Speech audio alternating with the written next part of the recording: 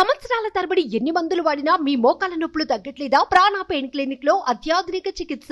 ఈనాడు group సంస్థల chairman Ramoji Rao అంత్యక్రియలు ఆదివారం జరగనున్నాయి. శనివారం తెల్లవారుజామున 4:50 ఆయన మృతి చెందగా ఇవాళ అంత్యక్రియలు జరుగుతున్నాయని అనుకున్నారు.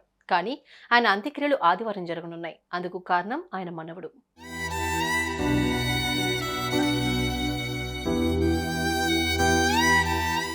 రామోజీరావుకు ఇద్దరు కుమారులు. పెద్ద కుమారుడు కిరణ్, చిన్న కుమారుడు సుమన్. సుమన్ అనారోగ్య కారణాలతో మృతి చెందగా ఆయనకు కుమారుడున్నాడు. అతని పేరు సుజయ్. ప్రస్తుతం సుజయ్ అమెరికాలో ఎంఎస్ చేస్తున్నాడు. ఈ క్రమంలో సుజయ్ అమెరికా నుంచి హైదరాబాద్ రావడానికి టైం పడుతుంది.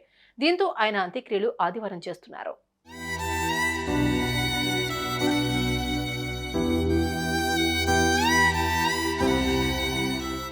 సుజయ్ వచ్చి రామోజీరావుకు నివాళి అర్పించిన తర్వాత అంతిమ సంస్కారాలు మొదలు పెడతారు. రేపు ఉదయం 9 గంటల నుంచి 10 గంటల లోపు కార్యక్రమం జరగనుంది.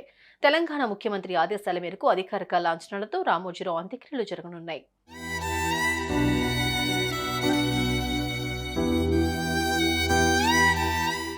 రామోజీరావు పెద్ద కుమారుడు కిరణ్ అన్ని కార్యక్రమాలను దగ్గరుండి చూసుకుంటున్నారు. ఆయన చేతుల మీదుగానే రామోజీరావుకు అంతిమ సంస్కారాలు జరగనున్నాయి.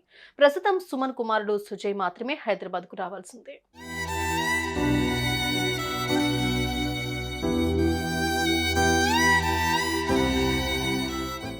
భారత మీడియా రంగంలో మార్గదర్శిగా నిలిచారు రామోజీరావు.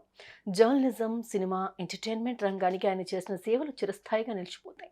సుమన్ టీవీలో మీ పర్సనల్ అండ్ బిజినెస్ ప్రమోషన్స్ కోసం కింది నెంబర్కి కాంటాక్ట్ చేయండి.